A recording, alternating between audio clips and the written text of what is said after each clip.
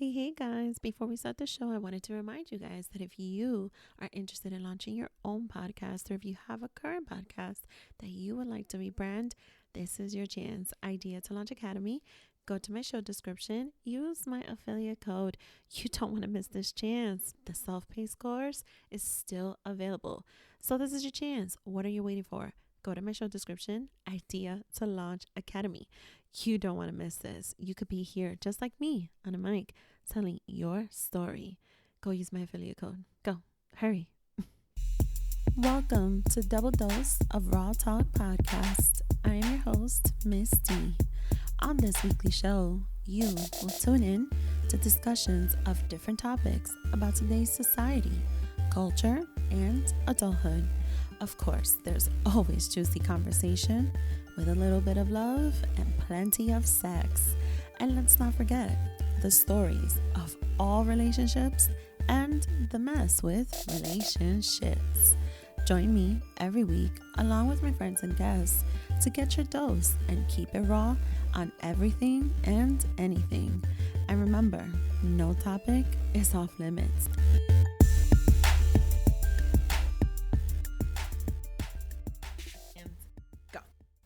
Welcome back, everyone, to another week and another episode on Double Dose of Raw Talk Podcast. I am your host, Miss D. You guys are tuning into my living room. I'm a clown. I have an amazing guest here with me. That's right. We are live from my living room with a guest, and I'm going to introduce her to you guys as Steph. Period. And a little background on how I know Steph. Steph and I met years ago from my old hood, where episode maybe 1 or 2. Y'all know I grew up on 174 and in the Bronx. Woo-hoo. Yes. And I met Steph there, so we just always maintain contact, communication. You could definitely call this a friendship. She's absolutely dope. She is a community activist and advocate, connoisseur of local politics, and the epitome, in my opinion, of strong leadership. So Steph, welcome to my show. Thank you. Yeah. I suck at drum rolls, so we're just gonna leave it at that with the like the cherry in the background. Yeah. Awesome. So thank you for coming on the show. Thank you for having me. It's funny because we had just spoken and we said, we're gonna plan for you to come on the show because I definitely want to join the show. And then with recent events, who better than to have you come and have this conversation with me about what you guys are going to enjoy in this next maybe hour, right? Yeah. All right. So as you guys know, and I'm sure Steph knows this, every single episode, Double Dose of Miss D opens up with an icebreaker. And this week's icebreaker is going to be a little unique. Now, I've been singing a lot in all my previous episodes, reciting some verses, some rap verses, and I'm going to take a little break from that today. Today, we are going to title this icebreaker, She Said What She Said. Okay? Okay. There's a little sass to it this week. There is a little sass. And I am going to quote, 4 female political leaders, okay? In light of the new election results. 2020. And I wanted to quote these women and see if you could take a guess as to who said it.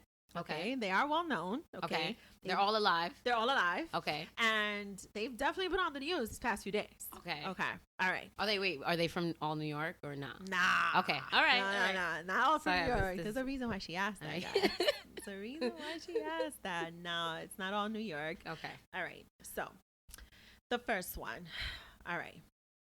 I'm nervous. The funny thing is, when I looked for these, I was like, fuck, how am I going to make sure she guesses these? Okay, so the first one, a clue. Okay. Ready? Well, this is not really a clue, but I'm gonna get a representative, U.S. representative. Okay, that's the first one. A U.S. representative. A U.S. representative. Okay. So the first quote that this amazing U.S. representative said is, "I was born in a place where your zip code determines your destiny." Oh, that's it? Shit. I got 2 more quotes. I was born in a place where your zip code determines your destiny. Okay, I give you 1 more clue, and then I'll give you another quote. Okay. This is all the same person. All the same person. Okay. Right. She is definitely U.S. representative for New York. Okay. And the next one is women like me are not supposed to run for office. AOC. AOC.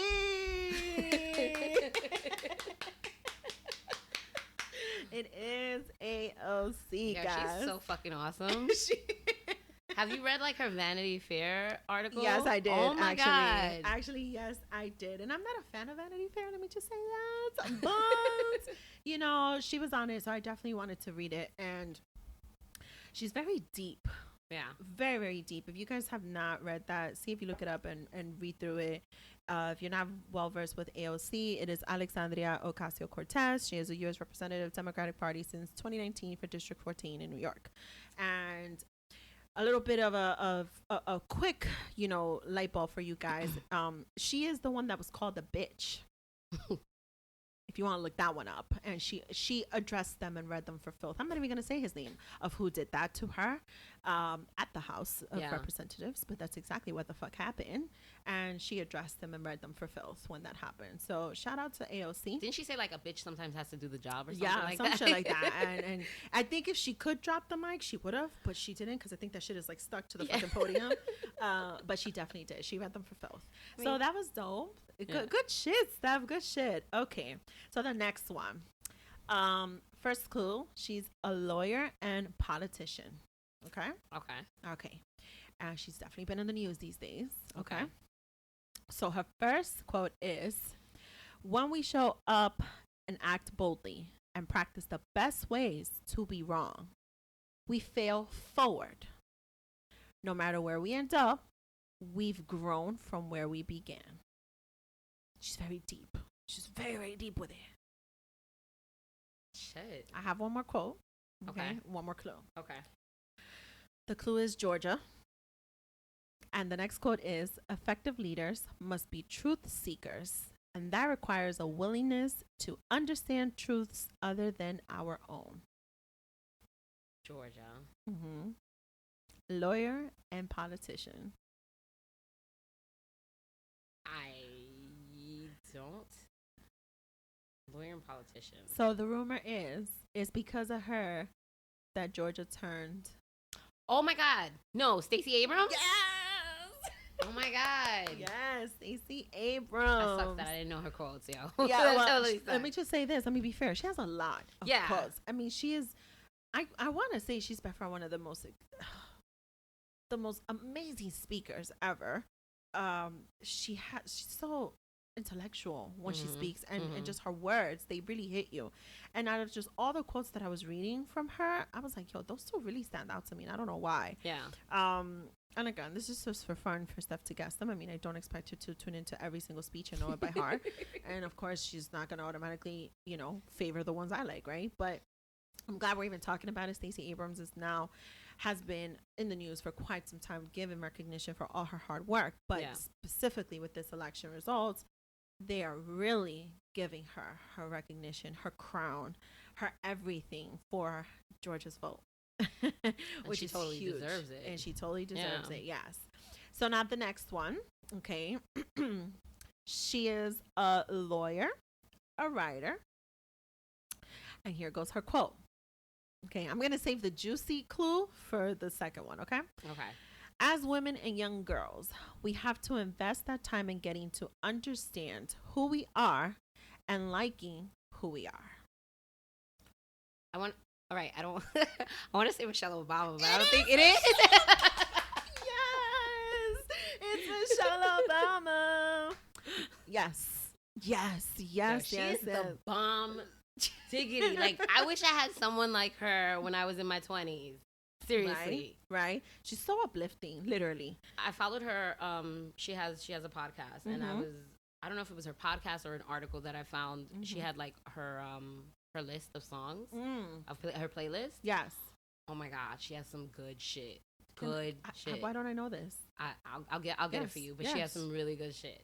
Good stuff that I've never heard before, and I was like, oh, this is dope. Yeah. She's so amazing. I read her book. Like, I have the hard copy in my bedroom, and then I also heard it on Audible. Okay. For the second time around, and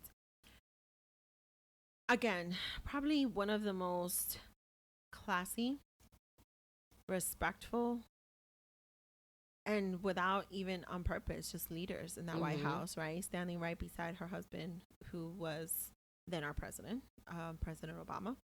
So for her to even be able to continue sharing her word with us, right? Yeah. To all women, it's just fucking amazing. Like, you just got to give her credit. And yeah, I'm gonna quote her famous, well, when they go low, we go high.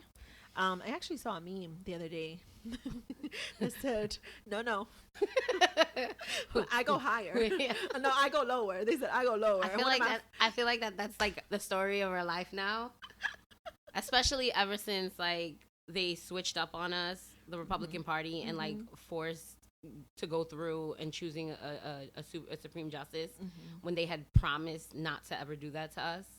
It's like, yo, where's your word? Where's your bond, right? And so, yeah, totally. I agree. But she's definitely the epitome of just class. And I wanted to put her out there. The second clue was definitely going to be she is our forever FLOTUS, but that's that. All right. So now the fourth one. Okay. The first clue is Attorney General of California.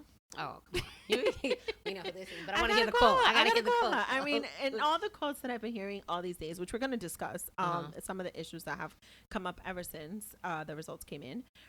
This is the quote that stands out to me the most. While I may be the first woman in this office, I will not be the last, because every little girl watching tonight sees that this is a country of possibilities. Oh my God. Madame Vice President, Senator of California, Attorney General of California, Kamala Harris. Okay, yes. I cried. I cried when she gave her speech. Yes. As a woman, as a woman of color, I was like, yes, this is exactly what we need. And especially when she said, I will not be the last. Like that, we need to shatter that glass. Like, we definitely, and it's like, I read somewhere, someone had said, right, that this is the first woman who's not the wife of a president, or not, like she's actually our vice president. She's there to do a job. Yes, absolutely. What was more beautiful with this, she has always been very truthful and real as to who she is, right? Her story, her background. She hasn't hidden anything. She has shared it at the forefront. And she still walks it with so much grace, regardless of what they throw at her, right? And one of the things that really, as soon as I saw that she became the first woman and then first Black woman vice president, right? To your point, not the wife of a president, right? She's up there, right? Next to the president-elect, right? The first thing that came to my mind, and we're going to dig deeper into this about a recent situation that happened on social media, right? A certain comments. I literally said out loud, she just paved the way for someday there might be a Hispanic woman up there. Oh, of course. She did that. Yeah. She did Hispanic that. Hispanic woman, an Asian woman, an Indian woman, any type of woman. Yeah. She did that for all other women that are not white, right? That we've been so used to seeing up there. Because our forever FLOTUS was, our first Black first lady, correct, right? Yeah. And so she paved that way right there to really see with how much class and grace and respect and dedication to her country, alongside her husband, she was able to do the work, right? And now we're going to really see someone in the office doing the work, right? And I just thought of how much she has opened doors for everyone else, all other women of all shades, of all colors, of all backgrounds, of all races. And I wanted to put that out there straight off from the beginning, because it's literally the emotion that I got, that she was the first one to be able to make it. She was the first one that has done this for the rest of us, all of us. And I don't know if that was the same sentiment everyone got, right? Because we do know the emotion we got from her getting elected. Yeah. It was obviously first woman, first Black woman. And of course, that's huge. But then it's also everything else that comes after that. So when I read that quote, like, while I am the first woman, I won't be the last. That's exactly what the fuck she was talking about. Exactly what I'm talking about the emotion I got. Like, she just broke the fucking glass. Yeah. That's what she did when she was elected and she got up there and she said what she had to say. So I want to go right into as far as it gets segment, and this is stuff where we discuss news, controversies, culture shit, social media, sex, love, relationships, and relationships. And in this one, I definitely want to talk about, entitle it, Madame, Yes, You Are. So I want to dig deeper as to what these elections were to us, what it meant to us. And right, we're just two women, right? Women of color in New York City. And I want to give a little bit of background first before we continue. Who our president-elect is. There is a whole story behind Joe Biden.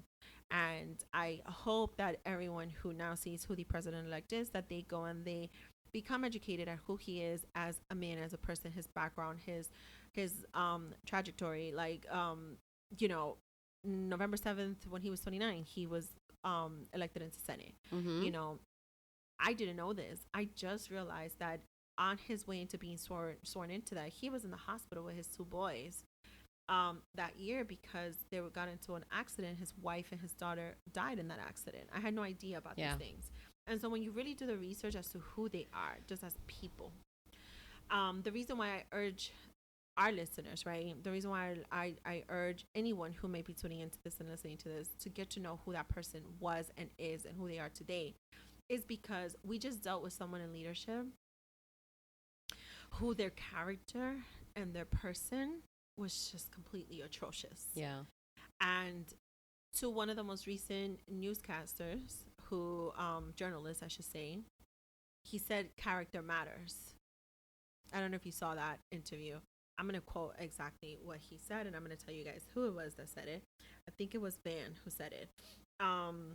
Okay. He got very emotional. He did. I know what you're talking about on CNN. Van Jones, and he said character matters. You know, that he could now remind his children that character matters. Character means everything. When you do your research as to who Biden is, who Kamala Harris is, right? Yeah. You really see character there. You see character that we can respect, and we can now have more hope as to who is in that house now. Because again, that orange thing was just not it for me. And I think people forget, right? People forget that it's always been the case that our American president, the U.S. president, is supposed to be like the example of what you want to be, your family wants to be, right? And the way he's talked about people, the way he's assassinated people's characters, it's just he's made the prestige of being a president no longer a prestige, you know?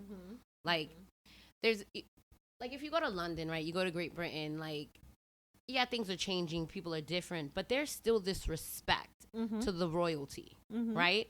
Although there are people who say like the royalty does nothing for Great Britain, but there's still that respect for tradition. Right. And I feel like Trump really like just pissed all over that. Like there's no respect, there's no example of what an American president should be or what a president or what a person should be.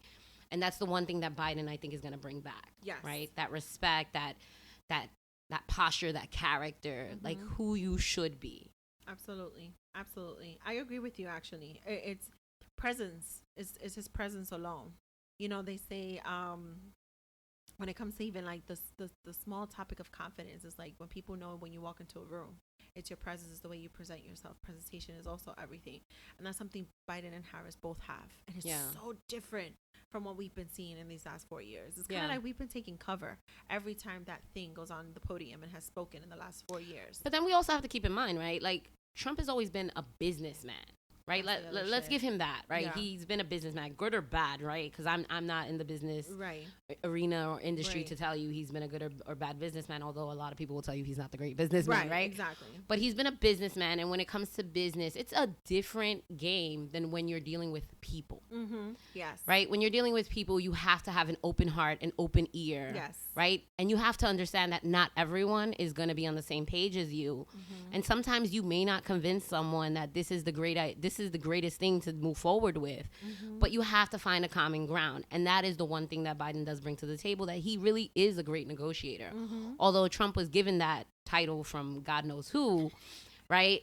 Biden really is a great negotiator, and Trump really doesn't know how to negotiate because it's just my way or the highway, and that's not how you negotiate. Exactly. That's not true leadership. It's just not true leadership at all. Absolutely. I want to dive into, now that we, just gave a little highlight as to Biden, right? And again, I encourage you all to just do your research on who he is as a person, character, so you can understand why some of us are just that excited that he is in this position for us. I want to dive into the fact that we just faced probably one of the most toughest elections of all our lives, maybe. The fact that it was intense, it was scary, the fact that it was heart wrenching, the fact that it was show stopping in a sense too. To some people, it's still going on. And to some people, it is still going on. It is. That is a reality we're facing too, because there's lawsuits, a recount being requested, from the person who lost. And I mean, that's all fine and dandy. Listen, it is what it is. But it's the fact of, all it has been just waiting to hear the results. All it has been the anticipation. On this platform, on the show, I have covered certain movements, certain causes, certain topics of conversation that I think are very relevant to politics as well. I've shined light on,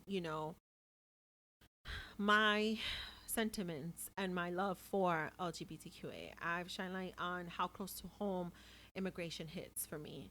I've shined light on my strong feelings with Black Lives Matters. I've shined light on a lot of things that are relevant to politics as well. And I've shined light on it from a opinion perspective, right? Just from a citizen, right? Miss D, just giving her opinion on shit and her strong emotions. But I wasn't the only one. There were plenty of people out there with gasping for air, right? Not even being able to breathe correctly, waiting to hear the results. Yeah. And when those results came in, right? Which was like on Saturday morning, right? Yes, on Saturday. I was heading out to hang out with a friend, so we totally drank. I was completely that. Outside of the city. I was so mad. Oh, you were? So mad. No, yes. I was definitely in the city. It felt so peaceful. People thought it was, oh my God, stay away from here. No, I traveled all the way to Brooklyn. It felt so peaceful. Yeah. It felt so calm. People were fine on the train. People were fine in the streets. People were just like, hey. Happier. Yes. And it was just like a lift. Yes. Like something was lifted off your shoulders. Yes. And I feel like this is what we were all waiting for. I feel like this is all what we needed. Before I ask you how that felt for you, could you ever remember another time where we dealt with this anticipation, where we dealt with this momentum of waiting to hear that who we wanted was going to be in office? So I do remember that when Al Gore ran against Bush Jr., there was kind of like a holdup in Florida. But I don't remember it being anything like this. Right? Yeah. And I, from what I remember after the fact, I know Al Gore kind of wanted to like take this to court and like press on. And he was pretty much told by, DNCs and Democrats, like, nah, just, take it. He won. Bush won, which is one of those things that this whole, once they go high, nah. Like I think we need to really change the model. The DNC. I understand that we have like this moral ground that we stand on, but obviously the other team does not care about that moral ground. And while we continue to stand on this moral ground, we're losing people who are just sick of it, sick of just us waiting around for things to work out the way they're supposed to work out. But I've never seen anything like this, in my brief history of time. So no, this was a heated competition. It was. I do know in every other election, I usually stay, and the fact that we're dealing with COVID, right? Right. Because like in other times, there would have been like an election party at some bar or something, always. Right? Always. And like that wasn't happening. So everyone was pretty much in like their own little groups or home by themselves. And then it was like, well, nothing happened that night. Everybody broke night. I don't know if you broke night, but I broke night. I was partying. And like nothing happened the next day. And like we're all the way till like Saturday. Saturday I was like, I'm out. Like I'm not gonna I didn't even care for this. I went to hike for the first time in my life. Good for you. Yeah, that's another story. Big girl should have like I don't know if that's a good thing, but whatever. You see the girls don't hike. What was I thinking? Yeah, that's a whole new. But I think I'm gonna do it again. That was fun. But to that point, I was out there and I didn't really have good service. Right. And so I have a lot of friends who love politics, are involved in politics. And again, this was an election that I think everyone was like weighing in on. So when they announced that Biden won, I didn't get a call from no one or a text message or a news thing. Like my brother Dennis, who called me and like last election, I got on him because he wanted to vote for Trump, but that's okay. Yeah. I got on a few people too. Yeah. I used to embarrass him. I used to purposely bring him into the office I was working in and introduce him as, this is my brother who likes Trump. So I think that helped. But he calls me up and he's like, yo, Biden won. And I'm like, you liar. If Biden would have won, like someone would have texted me because like everybody I know is like weighing in on this. And I was like, whatever, Dennis. I'll call you when I'm off this rock, because I was literally on a rock. And like 5 minutes later, this Asian family, one of the young girls, looks at her phone and she's like, "Oh my God, Biden won!" And her dad is like, "Okay, let's get off this rock," like, you know, right? And then he looks at me because I guess, you know, I'm being intrometida and I'm like looking, I'm being all nosy and I'm looking. And he looks at me and he's like, because Saturday was such a beautiful day. He was like, "It's a beautiful day, right?" And I'm like, it definitely is. He's like, "It's a beautiful day for good news." And I was like, it definitely is. And he told his girls, all right, let's stop talking politics. Let's go. So even over there, even as far, and I was like almost 2 hours away from the city. They still felt it. Yeah. And there was this other couple, this other couple, you know, when you say that, right? The wife was telling her husband, "Oh my God, so like, what is Trump gonna do?" And this is like towards the end of my hike, and I'm like walking really slow, complaining that I can't get to the end, and I heard that, and I was like, "Espérate." I was trying to get close to hear the rest of it. Almost tripped. And it's like, we know who she voted for. Yeah. So, and you could tell that he was sad because the mom was like telling her kids, "Leave Dad alone. Let Dad have a moment. Let him have a moment of peace." And it's like, yeah, you need a moment, Papi. Leave Dad alone. But I did get, once I did get home, I did, people were still playing FDT. Yes. That was all over. People were still playing FDT, and I live in the hood, so they were definitely playing it very loud. It was definitely out here. We had fireworks. Oh. Yeah, you know, because you got to celebrate these things. That's true. I mean, we celebrated a lot this pandemic. Yes, so. we did. Might as well. Yeah, I mean, let's end it with a bang. Fireworks never get old. No. Not at all. And it was still like 4 o'clock, so it was still kind of bright outside. So I don't really understand that one, but okay. Yeah. Okay. And I saw everyone posting videos, how like all my friends were like, "Where were you? The world could burn and you don't even know what's going on." And I'm like, I was hiking. Yeah. I was trying to do some new stuff. Out of all the days, I chose to go for a Stephanie, hike. when do you hike? Like, come on. You don't even walk fast. You don't hike. She figured. I'm waiting for results. Might as well go do something. Word, because I was like, I don't know what's gonna happen. It's true. So I want to get as much, like, I've done this before we got Trump again. I don't know. It was just like something to knock off the bucket list. Yeah, I agree. 100%. I've actually wanted to go hiking, just a real sidebar. I've wanted to go hiking, but I'm always afraid that the trails are going to be so fucking long and then like my little legs are going to give way. My legs were shaking towards the end. Okay, so you see, that's a problem. But it wasn't that bad. And I thought it was like a loop around. Okay. But it's not. You have to walk right back where you came from. And I'm like, what's the point of that? That's the bullshit. See, that's the shit I'm talking about. That would upset me. I'm trying to do it again this Sunday. Okay. All right. Okay. I see you. She's not giving up. She's going to go celebrate like that. Yeah. I'm glad you shine light of just like the eruptions in New York City that you saw and the results. And after the results came in and the reactions, I was definitely still going to head out to Brooklyn. I went to have some drinks with one of my friends. And on my way back, when I got in the cab, that's when the speeches had started. Oh. And so I listened to it because the cab driver was playing the speeches on the radio. Nice. So I listened the entire way home. And did he ask you if you minded? No, he didn't give a shit. I love that. He was in full bliss celebration. I respect that. Yes, he was in full bliss celebration. He did not give a shit whatsoever. He didn't even ask. He was like, okay, you have your mask on? Okay, great. Put your seatbelt on. And he just kept driving like nobody's business. He did not give one shit at all. Like, nice. But I was like, all right, it's cool. I'm here to listen to the speech anyway. Thanks. Imagine if he was. I mean, imagine, but thank God it's not me. I was totally listening. So it was pretty dope to come home to that. And then I did have a hard time just like calming down. Like I wanted to still celebrate. I wanted to cheers. I offered Steph today just like one cup of like wine because I clearly went through the beginning of the bottle all by myself.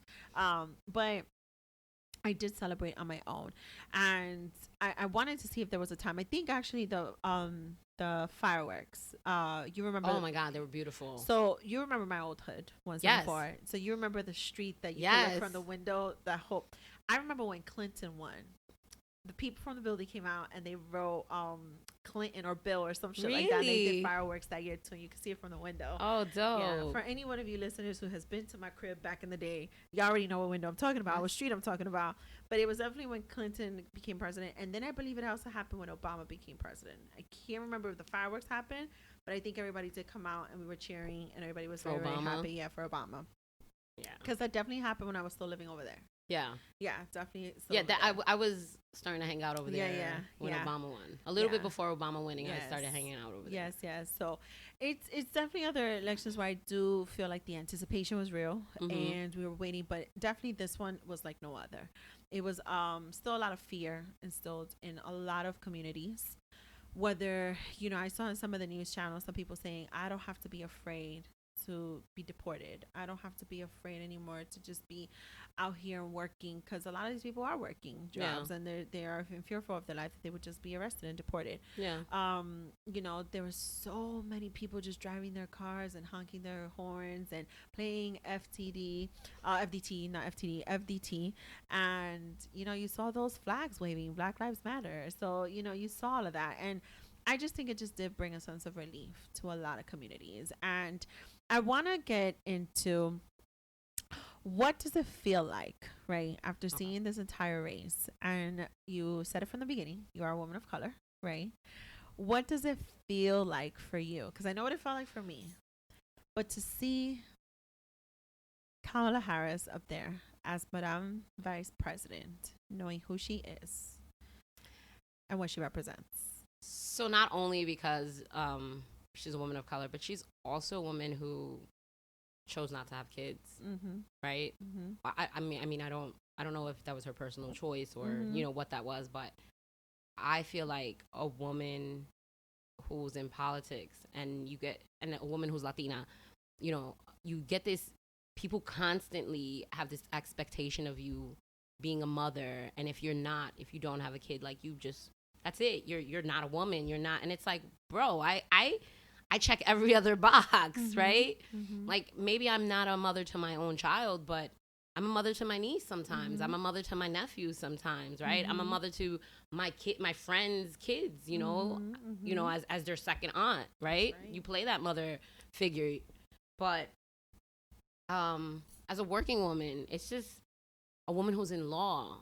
It's just beautiful. It's beautiful to see a woman who, oh my God. And yes, her speech, you know, in that moment, you know, it hit the mark because, you know, it's the end and, you know, we've won and, you know, it basically seals the deal. Like we knew we could do it. Right.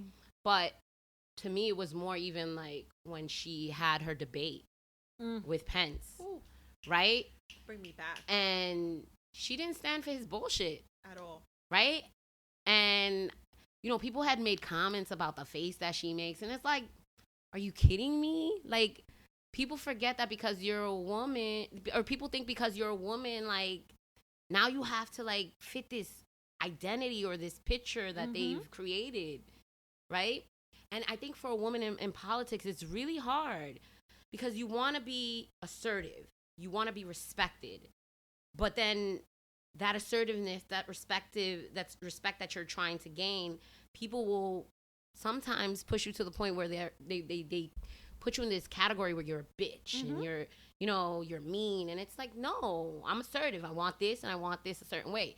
Yes, I will say that there's a way to communicate with people where you're not being disrespectful, where you're not talking down and condescending to people, right? And that's the people you a bitch, yo. Like, why are you talking to me like this? I don't care if you elected or whatever. Like, don't talk to me like that. You bugging, right? Condescending is not assertiveness. Yeah, like, you know, there's those, but in no moment in time in that debate was she condescending or anything, right? And still people found a way to talk about something other than her education or the topics that she was talking about. And it just you know, having more people who are in her position will further push people to look at us differently and treat us differently, right? Yeah. Just because I'm a woman does not necessarily mean that now I have my period and I'm going to go to war. Right. Right? Right. Like, I do have a mind. I do have, you know, I can separate my emotions from what I'm thinking. Exactly. So that's what was important to me. Yeah. There's previously we've had women in politics, and don't get me wrong, like, I feel like it's a great thing even if we had a woman who was a Republican in politics, right? Just having a woman in that situation, we need them. We need Republican women as well, right? But like the Sarah Palins, like, you allowed yourself to be used and projected for your sexiness, right. not so much for what you brought to the table. Because I'm sure you being given, I think she was a senator, if I'm not mistaken, for Alaska. I'm sure you brought more to the table than just your sexiness. Right? She was so appealing. Yeah. It was that whole, like, her presentation was not about, first of all, let me just put it out there. I don't think if we're gonna put them together, and even though they were in two separate parties, right? Sarah for Republican or even Hillary for Democrats, right? I don't think they were ever looked at for their assertiveness. I don't think they were ever criticized for it, certainly, or they were even recognized for it. Not Hillary or Sarah. Definitely Hillary for her assertiveness. You think Hillary, so? What? Hillary was like coined the bitch. Coined the bitch. But they took her that far in the sense of, like, I don't think it was done with the same scrutiny, is what I'm saying. If that makes any sense.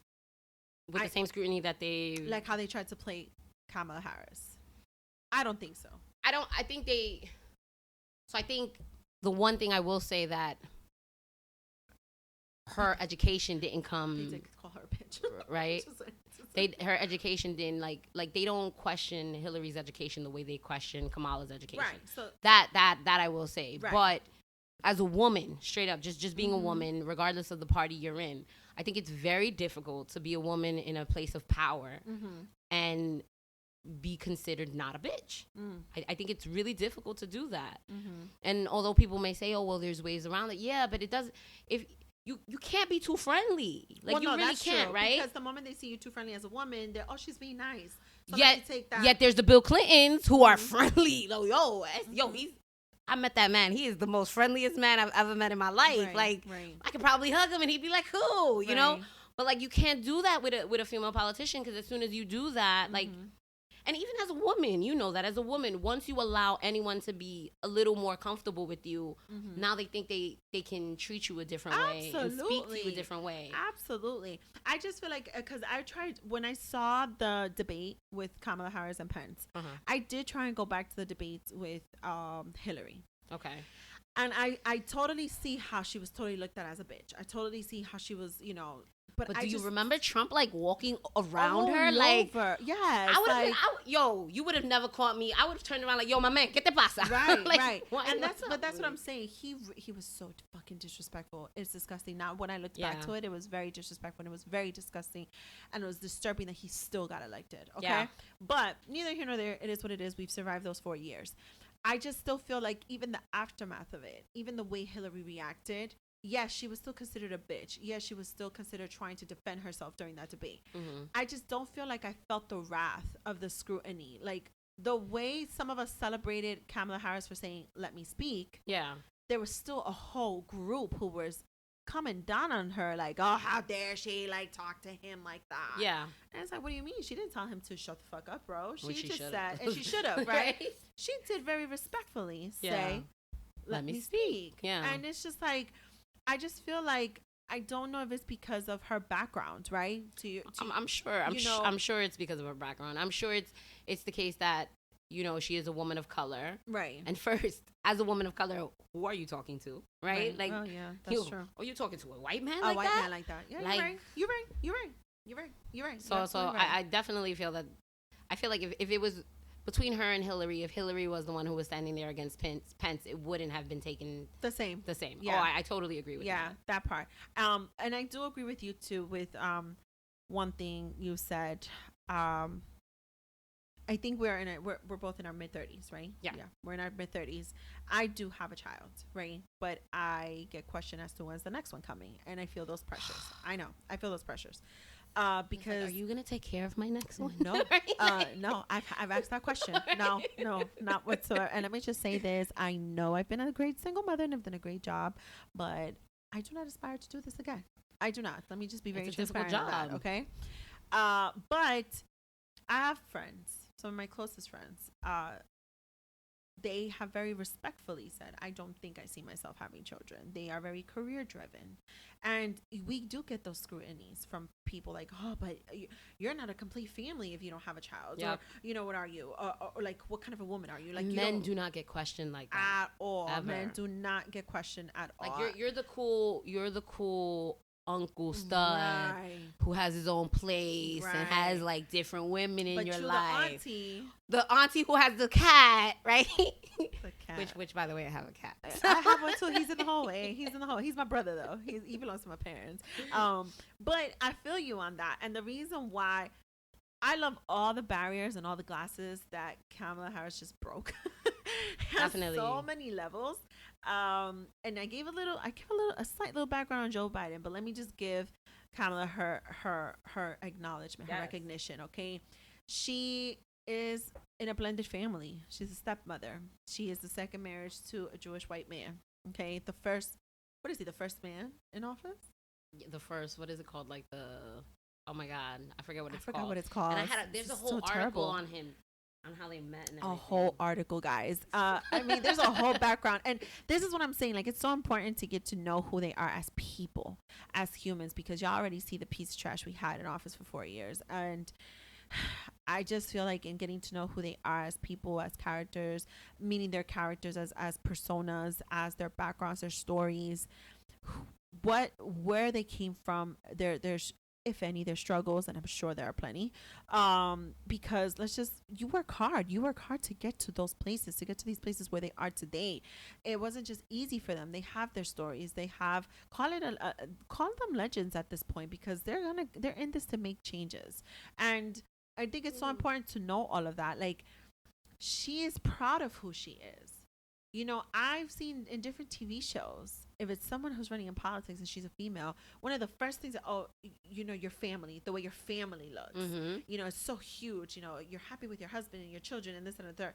She changed the game on that. Her family is a blended family. From what I see, from what we were able to see in just these few times with her whole family up there, they seem to be a very happy blended family. Yep. And actually, so this is his second marriage. And like his daughter was very involved in her campaign. Look at that. Yeah. Look at that. It's beautiful. Honestly, it is a beautiful thing for me as someone who will eventually someday have a blended family, right? Yeah. And I might or might not have another child. I would like to, but whatever's in God's hands, it is what it is. But to be able to see that now all the way up to the White House and not have it always be so scrutinized, like, oh, you're a stepmother, or you're in a blended family, or are you really a family to begin with? Are you really a mom if you're a stepmom? Yeah. Like, yeah, she is. She's still doing her role. She's still doing her part. This is part of who she is. This is part of her character. This is part of her persona. This is part of the many titles she holds before she walks out that door. And she's been Attorney General. She's been Senator. And now she is Madame Vice President, right? And this is where I wanted to hear from you exactly, like, how that felt for you with what you saw when you saw her up there. Of course, we know the obvious. Woman of color. She is the first Black woman. But there's so much more to her. And I'm glad that you opened up that statement with that piece about, not having children. Like, you are someone, and I said this from the beginning, connoisseur of local politics, and you are a strong community activist and advocate. And I want you to shine some light on that too, just to give a little background to my listeners as far as the work you've done. But I think it's very important to know someone who is career driven, someone who's very dedicated to what their purpose is and what their goals are. And that does not make you any less of a woman in your name and in your rights and the respect you deserve. just because at this time you don't have a child, Yeah. or you don't have a spouse. Yeah. And it should never be frowned upon. Like, your respect is based on the work you've done as a woman who has, in a sense, still aspirations in politics. Yeah. So if you could give my listeners a little background as to what your involvement has looked like so far. Sure. So I started getting involved in community work, like literally on a whim. I think I was like in between jobs on unemployment, and my friend worked for like Community Voices Heard. Mm-hmm. And they were having a protest against, I believe it was a senator from the Bronx, mm-hmm. who, because as an elected official, you have to live in the district mm-hmm. that you are running for or you're representing. And he did not live in the district. He had an apartment mm-hmm. in the district that someone else was living in, but mm-hmm. he did not live in the district. And we went over there to protest. And anything that's like loud and obnoxious and crazy, I love. So that was so much fun. I'm great at protests. I get very loud. Mm-hmm. So that was so much fun. And that just opened up the door. And Community Voices is directly in East Harlem. And it just opened up the door for me to get involved in community work. Mm-hmm. Previous to that, I had done a lot of stuff like in school. You know, like I ran for student government. I had done like a student ambassador, especially in Bronx community. But like, at least for me, and at least for my generation, for mm-hmm. me and my generation, right? Mm-hmm. There was no idea like to go to college and or like even an idea to, I just knew I needed to make sure I made money, mm-hmm. right? I needed to make sure that I made money, and I knew, because my mom used to be like the best hustler. Like, she knew her way around any situation. Mm-hmm. And so I always knew there's always a loophole to mm-hmm. the game. Mm-hmm. So I figured, let me get into paralegal, so you know the law, right? Because once you know the law, like, that's half the battle. You can do whatever now, right? So I got into that, and I just like, I started, and at first I was like, once I got as a paralegal, I'm like, oh, I kind of want to start, I want to be a lawyer because I want to fight for people. I want to make sure that, you know, people are getting what they need. I'd seen so many, like, at first I thought I wanted to be maybe like in family law and deal with mm-hmm. child advocacy and like mm-hmm. ACS cases and stuff like that. Mm-hmm. And then I noticed like, it doesn't matter if you're working as an attorney. It's best if you're in the system. Mm. So I was like, ooh, maybe I can like become a legislator or something. And then I found out how freaking easy mm-hmm. it is for people to become elected. And like, literally we give out votes to people to sit down and represent us and to go to Albany or to go to even, you know, Washington to create laws for us. Mm-hmm. You know what mm-hmm. you need. Mm-hmm. You every day you go to the supermarket. Every day you take your kids to school. Like, you deal with this every day, right? Mm-hmm. Who better than you mm-hmm. to know what you need? Right? Too many times we put people in these elected office that don't have no idea of what mm-hmm. it is to go through the homeless shelter, right? Or we have people who have no idea what it is to get food stamps.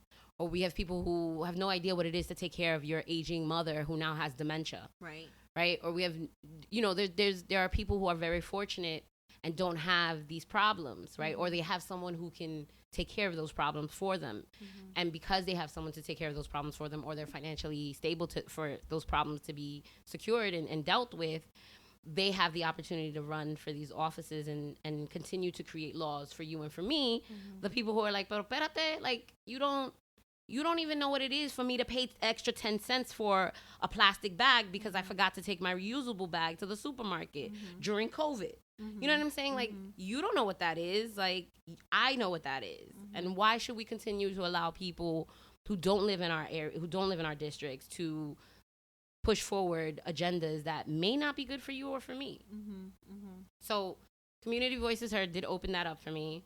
I was very lucky to end up working with the first Puerto Rican woman, mm-hmm. Speaker of City Council, Melissa Mark-Viverito. Yeah. And I was very lucky that she was a council member of my district, mm-hmm. so I got to work on cases, and I was working within my own community. And there's nothing better than you working like for your neighbor. You know what I mean? Right. I totally can understand why Abiso Scampo went back to Puerto Rico and was like providing legal services. You know, you give me a chicken and I'll provide legal services for you. Because there's nothing better than when you help your fellow friend. When you give back. Like, seriously, like, you really do see like things work out for those people, and you're like, wow, like I got to see that person get that apartment that they almost didn't get for whatever reason, right? Or I made sure that person didn't lose that apartment because I connected them with this organization or that organization to make sure they could pay their rent. Exactly. You know, or I connected that person to this job, and that is such a rewarding feeling. Absolutely.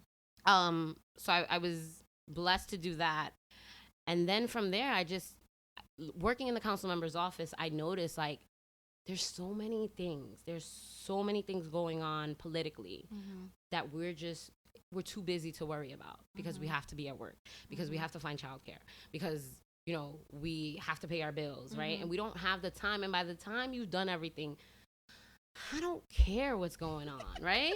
That really what happened. I don't really care what's going on. But in that I don't care what's going on because I'm so busy with life, a month, a year, 2 years later, you find out that the center where you used to take your kids to is now being closed because whoever owned the center is now, and used to be non-for-profit and never paid taxes because they were non-for-profit, now has felt the need to sell their property and make gazillions of dollars and make it into whatever. You know, it could be a high-rise now. Anything, market value apartment. Absolutely. And you're like, but what happened? Yeah. Right? And then what happened? That you, unfortunately, because you weren't involved in politics and you don't know who's who, you vote for people that, oh, that name looks good, that name looks like it fits, or a lot of the time, and unfortunately this happens in our Latino groups, like we vote for people that have Latinos names, but we don't know who these people are, right? I can marry a Latino and have a Latino last name, and I'm not a Latina, and have no idea what it is to be a Latina. You know what I mean? Absolutely. So I implore people to like get involved in your local politics because that's so important. And that's what changed my life, and that's where I found my like niche. That's where I found what I liked. I got really involved in housing, particularly because I live in public housing. Also because, as you know, the friend that we both had in common like lived in the building that was the landlord had like up and left, and she was like, I can actually be very transparent on that, to be honest. And this is actually perfect what we're going into right now, because it's actually what I wanted to highlight in the Double or Nothing segment. So we're going right into it. Okay. And we're keeping it around another dose. And this is actually, I titled it From the Block. So look at that. It's like Steph could actually see it right now. It's called From the Block. Like no joke. From the Block. Where we lived. This is back to the hood where we lived at, where we met. There's a mutual friend. Yeah. She was definitely very involved in our building and just keeping us together. We were abandoned in the building where I lived at, where I grew up. I grew up there my whole life. We were literally abandoned. The landlord just picked up and left. It was like winter. We had no heat for days. No electricity in the common areas. That was kind of scary. We didn't have a lock in the front door. Nope. Did we even have a working elevator? That nope. elevator used no. We had no working elevator. That's the most weight I've ever lost, walking 92 steps. Girl, she counted the steps. She counted the fucking steps. Yeah, I used to carry the stroller 5 flights, okay? Like, no lie. It was real. It was really dark times. And it was at that point where this mutual friend, she just like rallied everyone up, and she gave us the information we needed, and she told us what to do and how to do it. And you know, it was scary fucking times. It was scary times to live in those conditions. Me having lived there my whole life, I was practically born in that building. Wow. And so like literally, I think my mom walked to Bronx Lebanon to give birth to me and walked right back a few days later. Yeah, no lie. So you definitely got to see the changes in the building. Yes, all of them. And so to live through those dark times where we had no heat, no nothing, we had to figure that out on our own. We did. Yeah. She put a whole group together, and everybody got involved, and we fended for ourselves. We learned, and it was just very impressive, the work that goes into just getting everyone on the same page. And that's such How hard many work. Units were there? Because I remember I only know of mine and where my family lives, because several of it my family members. It went through F, right? Yeah. It was A through F, and it was 6 floors. It was 6 floors. Look at that. It was 6 floors. So from A through F, 6 floors. Yeah. It was crazy fucking times. And you definitely were in partnership there. Yeah, definitely. So I learned a lot from her. She actually she's the one who got me into Community Voices Heard, and I think she had previously done this when she was younger. And because what was happening in the building, she was like, that's it, like we can literally organize and take over this building. You know, unfortunately it didn't end up that way, but you guys did end up having like a good landlord who, cleaned up the building. Yeah. Right. But these are things that people don't know. Yeah. Right. People don't know that you actually have people out there who can help you organize, who can help. Like, landlords can't just take advantage of you. Right. Employers just can't take advantage of you. Right. Right. But if you don't know, then what? Right. It's like the lack of knowledge, the lack of resources, even the lack of education sometimes. Yeah. And remember I said she's a connoisseur of local politics, right? And epitome of strong leadership.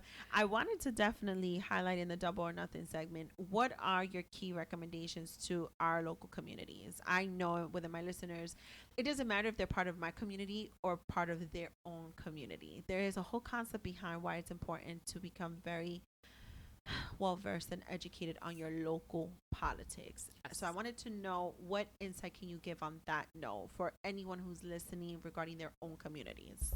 So first and foremost, I would urge people to get involved with their community boards. Mm-hmm. Community board is like your most local, most like lowest form of government. Mm-hmm. That's gonna first off, it's open to the community, mm-hmm. right? And that's going to teach you a lot of how everything else works. Mm-hmm. Your community board is usually an advisory board. Everything goes to the community board first. Mm-hmm. If there's a liquor store, if there's a bar, if there's anything, they have to go to the community board before they go and get their liquor license, mm-hmm. right? And that's a simple way of showing you government. So as a business owner, if I have a bar and I want to go get a liquor license, I have to go to the community board. Mm-hmm. At the community board, the community mm-hmm. should be there, mm-hmm. right? And they, at that community board meeting, can like ask questions like, hey, how come 3 a.m. every night there's a fight in front of the bar? Mm-hmm. What are you doing to fix that? Mm-hmm. Right? And questions like that. But if you're not at that community board, mm-hmm. and if everybody on that board, like the permits board, right, or permits committee, mm-hmm. is okay with, hey, this person parties all night, who cares if the police go there every night? Who cares? Mm-hmm. They'll be like, well, to us, it's okay. And it'll go straight to the liquor and license board, and they'll get approved for it. Right. Yeah. Uh-huh. Not to say that just because the community board says no, it's not going to go get approved. Right. That's not the case. But that is the place where you start, right? Mm-hmm. All your elected officials go to the community board. Mm-hmm. Your council members, your district leaders. Mm-hmm. District leader is a non-paid volunteer position, but as a district leader, they get a section of your district mm-hmm. that they govern. And that's supposed to be the person that you go to who connects you to these elected officials if you don't know them. Right? These people continue to get voted in because name recognition, mm-hmm. Because no one knows any better, mm-hmm. right? And that person may not even be doing anything for your community. Right. Same thing with the community board. At the community board, people are voted in for those positions, mm-hmm. right? You're appointed by your elected officials to mm-hmm. be on the community board. But if you're holding any type of like president, vice president, any of the executive board positions, you would have to be voted in. And it would be the community board themselves who vote you in. Who do that, right. Yeah. And a lot of people forget that a lot of elected officials started off in the community board, mm-hmm. right? So if you're involved in your community board and you see these people at the community board, you see the questions that they're asking, you see what is relevant to them, what is important to them. Mm-hmm. These people are starting to build their career from there. Mm-hmm. And these people will move forward to be your council member, to be your assembly member, to be your senator. And from those seats, they'll move forward to be your comptroller, mm-hmm. right? And now your comptroller, he's your tax person. He's the one who's mm-hmm. making sure that things are getting paid, right? Or to be your mayor, mm-hmm. right? And these people start off in these community boards, and we're not watching them. And we let these people continue to move up the ladder. Mm-hmm. And then when these people are already at a position where now it's important to us, like a mayor, like a public advocate, right? Yep. That's when we want to be like, oh, no, we don't want that person. Yeah. But like, you've been pushing this person forward without your knowledge because you haven't been involved since day one. Right. And you also haven't allowed anyone else to like come up the ladders because since you're not involved, mm-hmm. other people are pushing this person forward. Mm-hmm. Mm-hmm. So it's really important to get involved in your local community. I mean, perfect example of that in the Bronx is your the newest congressman, Richie Torres. Oh, yes. Richie Torres started as a council member, and previous to that, he was on his community board, right? I did read up on him. Yeah. So these are people that you can be watching moving up, and then you get a sense of do I really feel like this person does have my best interest? Right. Absolutely. Right. And don't wait until election time, because election time es todo de lo prometido y nada de lo prometido después de lo metido, right? Like, I'm going to promise you everything and anything I can to make sure I get your vote. Once I'm there, story might change. Hands off, right. Also, you got to remember that you want an elected official who's effective, who knows how to negotiate with other elected officials, right? Understands the situation and isn't afraid of conflict. We have way too many elected officials who get involved in this and are fearful of saying anything or fighting back. So, I mean, I feel like at the community board is the easiest to start off because you understand it better. And from there, you should be building up. And also, you know, if you've already chosen a party, if you've chosen a Republican Party or Democratic Party, which here in New York, most people are overwhelmingly Democrats, right? Yeah. You also should be involved in your county committees. Your county committees will push politically what needs to be pushed. So if, God forbid, an elected official between their term, something happens to them in New York, and depending on when something happens to them, or they step down or they resign, in New York, it would be your county committee who would choose the next person. Oh, look at that. I didn't know that. It wouldn't be you. Wow. So let's say the person has maybe, and it depends. I can't really articulate like what is the determining factor. Right. But let's say the person has maybe a half a year left, right? And they want to put someone in that position. Your county committee will choose that person, and it usually goes by how many voters within that block. Wow. So I'm also a county, and that's another thing, right? You can run to be a county committee person. A county committee person is elected every 2 years, just like an assembly member. Okay. Right? But no one ever runs for that seat because it's a volunteer seat. Right? Wow. But do you see how much power that volunteer seat has? Yeah. Right? I didn't even know that. I was a county committee person, and I did not know that. Wow. Then I found out, somebody had called me because that happened in my district, that they were going to vote someone in. And so someone called me like, oh, you need to be at that meeting, because they only have like 2 meetings a year. So it's almost like, guess they know what's happening there, right? Right. So someone had called me like, oh, you need to be at that meeting. And they were like, wait, which district? Because it's like district and like, I'm not well at articulating it. Yeah. But like my district is 68, but from 68 I have a block, and my block that I had at the time was 64. Okay. But my block, which is my fault, and I will take complete responsibility for it, my block doesn't have as many voters. Okay. The better voting your block is, the better stance as a county committee you are. Got it. Because you bring in the votes. So when I speak for all the people who vote for this block. Right? So they called me like, oh, you need to be here, because they thought they needed me, because they were literally going to tell me who to say was going to, like, oh, I want this person to run for that seat. That's literally what they wanted me to do. But when they realized, don't worry about stuff and don't come to the meeting, it's all right. I'm like, what? Yes. And I'm like, what? And so I'm like, yo, this is kind of crazy. And the people who get, at least in my district, I can't speak for every district, but if no one runs for a county committee seat, you will have a district leader position people in that seat. Wow. Of a whole volunteer seat. Yeah. That you can go for. Yeah. Anybody can. Yeah. Wow. And you don't even, I won by 11 votes. Wow. Y'all, this is, first of all, let me just say, I did not know this was going to take this level of education during this segment, but I'm glad we're doing this, because that's some shit I totally didn't know. But I knew there was a lot more to the local politics, and I knew there was a lot more to pay attention to. And it was definitely these last 4 years that made me start looking into it. So I knew about the community board members. Yeah. But the county committee is definitely something I did not. And every borough has their own county committee. Okay.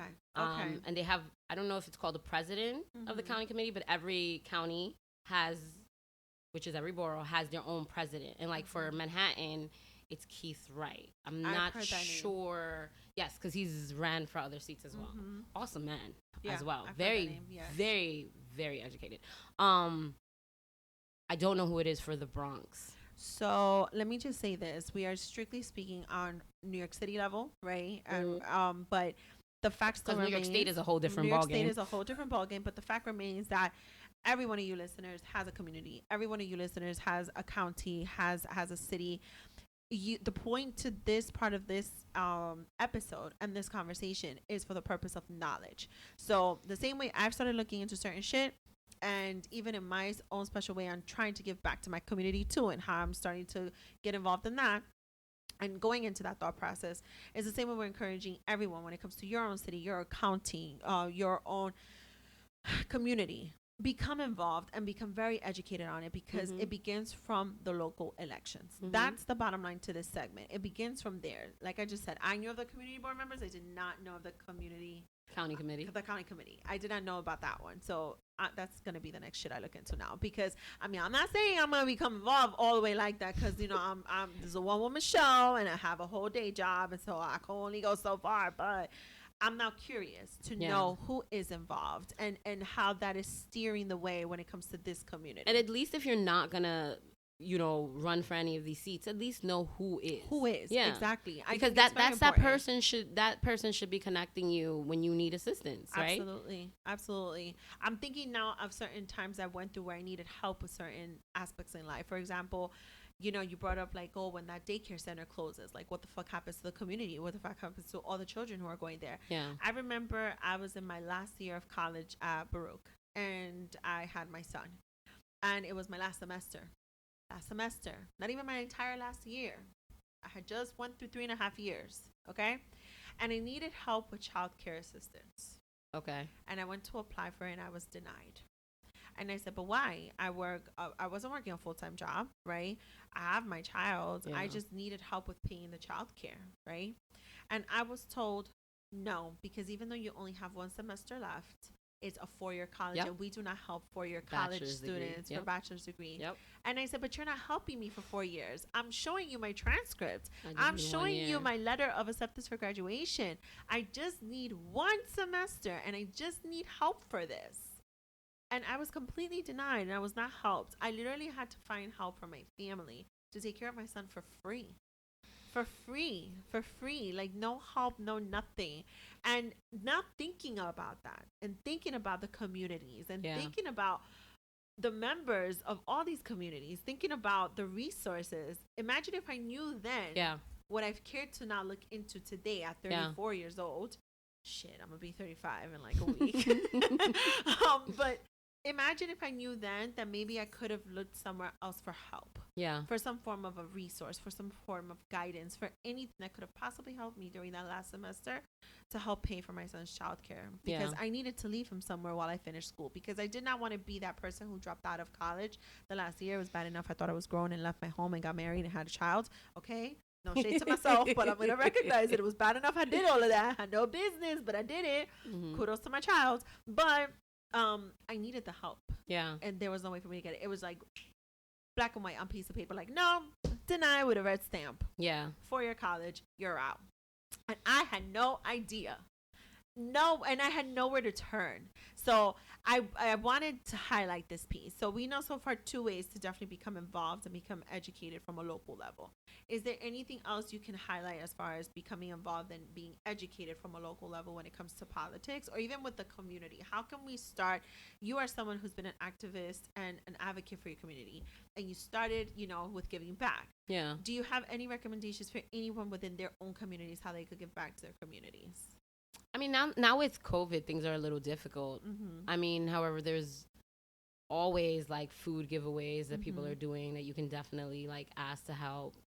There's a lot of non-for-profits that are doing that right now, so I would suggest to reach out to them. Okay. But yeah, I guess that would be where I would start. Schools actually are really good at connecting you with organizations. Okay, sweet. Schools. Definitely. There's so many organizations that like UCLU, ACLU, Bronx Defenders. Okay, I've heard of Bronx Defenders. Yes. There's the New York Defenders as well. The Legal Aid. There's just so many. There's so many non-for-profits. There's New York Legal Assistance Group. There's just so many non-for-profit. And I think I'm just naming all the legal ones because that's fine. Well, that's what she's well versed at. Yeah, I've dealt with more like housing legal organizations, but there's so many organizations out there. I mean, I'm very lucky that in East Harlem we have a health center. Okay. And in our health center, there's like 4 or 5 different programs running at the same time. Okay. And you can always walk in there and they can always assist you and connect you into something. Mm-hmm. I just really feel like community board and county committees and knowing who your elected officials are. Okay. Like just knowing who your elected officials are very important. Yeah. Let me give a quick shout out right now. I'm not going to mention the health center where I go to, but actually before we started recording, I got a phone call and Steph was actually here and witnessed this phone call. It was from my health center, the clinic where I go to with my child. Okay. For many years, actually since he's born, and they actually partnered up with my insurance company. So I guess this is a movement that the insurance company is doing or some health centers are doing based on what this lady explained to me from my health center. And she just asked me 2 questions to see if I qualified, and they've actually put me as part of a program to be able to speak with a nutritionist, something they're offering their communities. Nice. So they're going to be speaking with me from a nutrition standpoint, which goes hand in hand with me trying to get back into the gym and get into a flow, which is great for me and my mental health and just my whole plus size healthy lifestyle living, because I still maintain very plus size and proud. But they're going to send me free meals for me and my child. And so even something so small like that, right? It's something that now stirs the pot for me and makes me think. Actually, now that you made me think, like local hospitals. There we go. Believe it or not, local hospitals do a lot of community work. There we go. Yeah, absolutely. So it's even little things like that now make me think, like, how far did a movement like that, how far did a cause like that, right? A new initiative, a new implemented program in a simple clinic that I absolutely love. That's why I still go to them. May have had something to do with the community, right? May have had something to do even with that part of where we live, right? Because they are right there. They're not too far from me. They're part of my community. So even that, thank you for that. Thank you for sharing that insight on it. I want to go into now, the overdose segment of the show. This is the last segment. The OD section. And this is the raw rant of all the shit we are either pissed off at or completely over, or I decided now to make it even more special what the overdose is for. I am going to highlight if it's something we are completely loving and we're overjoyed with. That sounded too happy, but I mean, you never know, right? We're not always just going to keep it on negative. And the reason why I'm saying this, actually, I don't know if you know this, but I do have a new mini-series out with mini-sodes on Tuesday nights, which it just dropped and we're recording, right? Oh. And this mini-sode is called A Dose for the Soul. And on the episode of this week, which by now you all must have tuned in, it's definitely about turning a negative moment into a positive, right? So I kind of wanted to reclaim the overdose segment to also include like overly positive shit too that we are not over yet. So I want to here address something. I had something in mind, and definitely, you know how the streets erupted after the results came in. And then it was a lot of those memes of Trump leaving. I actually don't like saying his name, but I'm going to say it now. Trump leaving the White House. Okay. And so there were just so many memes. So I just want to say this. In the midst of all the scariness, in the midst of all this worrisome, and my heart just stopping and possibly either coming out of my mouth or my ass, right? Waiting for these results. It was far, right? So entertaining to see some of these fucking memes. They had,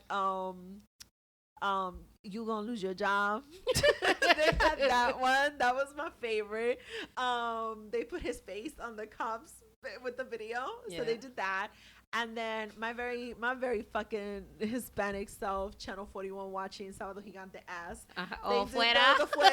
So they're for those chacal, right? So for those of you who may or may not know, there's this show that we grew up with watching, Sábado Gigante, which is Saturday Gigantic, right? Yeah. And what was his name? Don Francisco. He was the host. Yeah. And you know that show was like in like almost 47 different countries or something like that. Yeah, like I had no idea. He's known. Girl, I thought he was like just people are gonna tell you what you mean, Sábado Gigante. Of course, I know who he is. Like, bitch, I know. So So they had a segment in that show where people would come out and perform songs, right? Impersonating a singer or some shit. And they had this guy dressed in all black, kind of like the Scream character, the serial killer. Yeah, right. It Right, really was. like that, right? Yeah. And he had a trumpet. And so he would come out and dance behind people who were performing. And if they sucked, he would play the trumpet and the audience was saying, "Y fuera," like 4 times, 5 times. And "y fuera" means like, all right, you're out, right? So they had this very fucking Spanish meme of Trump getting like kicked out of the White House, and they had El Chacal, the guy with the trumpet. Yeah. And oh my God, there was another one I saw in our Hispanic culture. When we tease someone who wants to cry, we say quiere llorar, right? So you tease them like, oh, you want to cry, cry. So they had also a video of Spanish people saying quiere llorar, and it was Trump leaving the podium. Yeah. Like with his face down. So there was just so many memes, and I just wanted to give a shout out to whoever you are that created these memes and have indulged yourselves on it and were so creative. Thank you for that, because it definitely kept me so entertained in some of the scariest moments of my life. It was just hysterical. So I wanted to give a quick overdose on that, because I'm sure we're going to see more and more memes throughout our time, right? But there's one of the things that I kind of want to raw rant on. And in the beginning of this episode, I did say, you know, one of my first thoughts when I saw Kamala Harris up on stage and I knew she won and she is Madame Vice President, I said to myself, yeah, she just paved the way for the rest of us, to what we said, a Latina, an Asian, Indian, whatever the case may be, considering all that she is, all that she represents, right? Eva Longoria had some comments this week. She was, I guess it was an interview, and the person who was interviewing her said about how, you know, Georgia, the change in Georgia and not Atlanta, or maybe it was Atlanta, but it was definitely about Georgia and Black women making that difference for the democracy. Yes. And Black women showing up. Yes. Okay. And she said a comment. I'm bothered by her comment, so I don't want to repeat it entirely. Okay. But the one part that says is that I did not like, and is the actual use of the word. She said Latina women are the real heroines of this. It's that part that got to me. And I'm going to tell you why. Because this is not a competition. Okay? Yes. This is not a competition. The emotion should have been, yes, Kamala's there. One of us could be next. One of us. Shit, it could be Daisy. I don't know if y'all would choose me or both of me. I don't know if y'all want to do that. I don't know if y'all heard my Scorpio episode, but it could. Who knows? Tomorrow I might wake up, right? Tomorrow I might wake up and I mean, if Kanye could do it, why not? Yeah. Right? The point is, her being in that position today broke glasses, shattered glasses that have been stopping. Yeah. Okay? Broke barriers, and the joy should have just been, yes, we all did that, but let's give recognition to who was at the forefront, period. Yeah. Eva, it's not a competition. No one needed to know what your sentiment was about Latinas being the true heroines just because they outvoted Latino men. Yeah. She later gave an apology and said that that's what she meant. Unfortunately, that is not what I heard. Yeah. Okay. I don't know if it was her rush to speak, but sometimes you have to think before you speak in choosing certain words. Yes. And it's the part of her saying that Latina women were the real heroines of it. It's that part that really upset me, because I don't know, and I don't think, let me not say I don't know, I don't think that's true, because I saw the stats and I saw the data and I saw the percentages of who came out and voted. And let me just say this. I know I have family in Florida. I know many people in Florida. I'm truly disappointed in a lot of those people in Florida, a lot of those Hispanics who still voted for Trump, regardless of what we saw happen in this country. Okay? Let me just say that out there. But it was very poorly chosen, the word she chose to speak at that moment. I hope from now on, when she decides to give an interview, she thinks before she speaks of what the question is and what the discussion is before she just steps in and puts the foot in her mouth. And even if she wanted to say that, to be quite honest, this was not the time nor the place to say that, in my opinion. I agree. I feel that there is no question that Black women did what they did during this election. There is no question. Yeah. It's what we've seen on TV. It's what we see with the numbers, with the stats. It's pretty crystal clear. So there just should not have been no discussion. Yeah. In my opinion. I also, your thoughts, Boo? I also think that she later, like, she kept describing like what Latina women do, how we're single mothers and we work and it's like, yeah, we're not the only ones who do that. Thank you. Right? And I unfortunately find this with a lot of, you know, because as you know, like in the Latino groups, like there is colorism, right? And I find that with a lot of Latinos who maybe don't identify as being Black, they totally dismiss and disregard all the time the Black people's struggle and just Black people in general. And I think this happens in all Latino countries. Like this happens in Puerto Rico all the time. Ecuador too. So it just hurts that he was specifically asking you for a comment on Black women, and you took that like you said, you took that opportunity to like just disregard all Black women and talk about how Latinas are the true heroines. Like, and I don't know if, again, like I really hope that that's not how you truly felt, right? But my man, like this happens all the time, too many times with everyone, where Black women are just disregarded. And it has to stop. And I'm glad that we have Kamala Harris in a position of power, a Black woman who's in a position of power, South Asian, with also South Asian descent, right? Right. That's there to remind people that, yo, Black women can do this, right? Absolutely. And Black women have always been the forefront. Like, did we forget Harriet Tubman, right? Do we forget other Black women who have been there and done the damn thing? Like, I don't know what was going on in her mind when she said what she said. I just wish people would stop disregarding Black people. Right. Like, stop it. Like, you know that Black people have brought so much to the culture, right? Black people have done so much, and it's just like, oh, yeah, they did, but we've done, and no one ever remembers them. Like, what's her name? Chiselholm.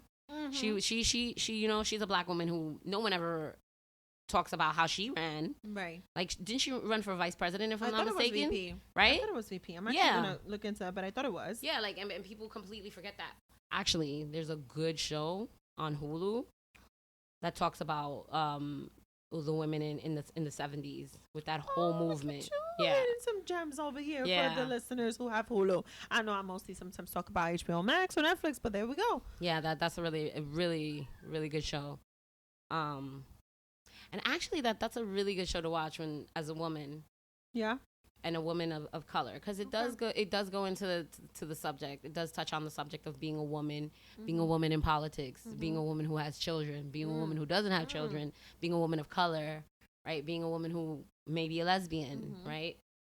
It goes into a lot of that, because you know that's all that was happening in the 70s, and it also goes into how politics got changed and became a whole religious thing. How like the Republicans like started like jumping on this bandwagon of everything becoming religion. You said it's on Hulu? Yes. What's the name of it again? I wish I knew. Something We're going to find out. And you know what I'm going to do? Even if I have to add a little disclaimer. But I might just put the resources in the show description for you guys. This is the type of shit we need to be aware of, and we need to educate ourselves with, and we need to just know. Shirley Chisholm. That's her name. Yeah, it is Shirley. I got the name here. Shirley Miss America. Anita. Miss America? Yes. There you go, on Hulu. There we go. So really good. That's what it is. All right, so we definitely need to watch that. I want to say her comments were very dismissive. Completely. It was absolutely disruptive to the interview itself. For her to go and just give all this recognition to Latina women, like as if we're the only ones who have been. Yeah, I just don't understand why she couldn't just say women. You know? Oh, kind of like how Kamala Harris did in her speech. I know I'm the first woman, but I won't be the last. Kind of like how she did it. Yeah, exactly. That's exactly my point. Yeah. That was exactly my point. Yeah. That when Kamala Harris was up there, the emotion that I got from seeing her, the first thought I got, just co-signs exactly what she said. Yeah. She knows who she is. She knows her background. she knows how diversified she is, right? Yeah. With her cultures, right? But when she got up there, she chose to be so inclusive, even in that statement about women and little girls. Yes. And that's what really meant so much to me. And that's why I quoted her in the beginning of this episode too, for you to guess who she was, but you already know who she was. It was that statement that stood out to me, that she knows who she is, but she knows what this could mean to everyone. Yeah. To all women. And that's why I feel it was very tasteless of Eva to speak in that way. And then I'm going to say it back to the points we've been saying about women in positions and the assertiveness. It was also the way she said it and her tone. I don't know if you saw the video. Yeah. But the way she came out, like, with her finger up, and Latina women are the real heroines, is like, calm down, put your finger down, relax. He didn't say nothing wrong. He actually asked you, I was talking to you about something specific, and you chose to come out with this out of nowhere. But, I also... Listen, I know everyone has their platform, and within your platform, you want to make sure that you're pushing whatever agenda you want to push forward, right? And if it is to the good of the people, then great. Definitely use that platform to push forward good agendas, right? However, I feel like we are, like, so celebrity inclined. Ooh. And we, like, run to our celebrities for, like, information. Like, they are not your governors at all. They are not your policemen. They are not, like, they're just living life like you and me. For all that, ask your mom what she thinks, right? That's gonna be more important to you than what Lil Wayne is thinking. That's right. I'm sure you trust your mama way more than Lil Wayne. Yeah, and what concerns your mom is gonna concern you more than what's concerning Lil Wayne or Eva or any of these people, right? Not to say again that they should not have their own opinion, but I feel like we shouldn't always run to these celebrities. Like, why is it that when it comes to Latinos and blacks and the minorities, like, we always go to the entertainer for our information? Like, why? You're right. Maybe it is because, unfortunately, we haven't had the situation where we've been able to sit at those tables, right? And we don't have that many people that we can, but we do, man. We got the Stacey Abrams, we got the Kamala Harrises, right? Exactly. We got the Nilda Velasquez, right? We got the AOC. So we do have people that are in positions that we should be listening to. And you should not take what anybody says as a Bible, right? You should take everything with a grain of salt and do your own research and come up with your own ideas. Exactly. But I do feel that too many times we run to our celebrities, like the Kanye West and the Lil Waynes, and, well, what does he think? Why do we care? Lil Wayne, Kanye West, Eva, they do not have the same situations me and you have. Absolutely Guaranteed not. She's not worried about daycare for her child. No, she's not. Right? No, she's not. Guaranteed she's not worried about if healthcare is going to pay for her IVF. Guaranteed she has money for that. Ooh, you know what I'm saying? Yes. Lil Wayne, of course he's going to be like a Trump supporter. He's worried about his tax money. You and me don't make Lil Wayne money. Lil Wayne money. We don't. You know? And then... Also, I'm sick of people just thinking like, oh, well, this person thinks completely opposite of me, like canceled. No. Lil Wayne has a right to think that way because Lil Wayne lives a different life than I do, right? What I need to do is like, oh, okay, that's what Lil Wayne thinks. Well, now I need to make a decision on how I need to think. What works for me? Exactly. I'm totally with you. I'm not gonna lie. I was totally on the whole canceling culture shit, but what I've started to realize is if it wasn't for these elections, there's a lot of shit we would not have realized about some of the people we do support. Let's just put that shit out there. So true. Okay? Let's just put that shit out there. So true. With that being said, I'm just going to very peacefully protect my energy and my space. Not that Lil Wayne is ever going to come into my house. No. Yes, I've listened to his music. Yes, I've loved his albums, all of them. Okay. And I'm not going to lie and say that I've deleted them. I have not. All right. Yeah. To be quite fair, if I had to put him in a category, Yeah. R. Kelly got deleted off of my playlist, but I'm not there with Lil Wayne yet. Yeah. However. Neither am I with Kanye. I'm sorry. Okay. And you know what? There are still some music and some albums I still fuck with Kanye. I'm going to admit it. But here's the thing. I have a clear vision of what the fuck I'm going to fuck with. Yeah. Moving forward. Yeah.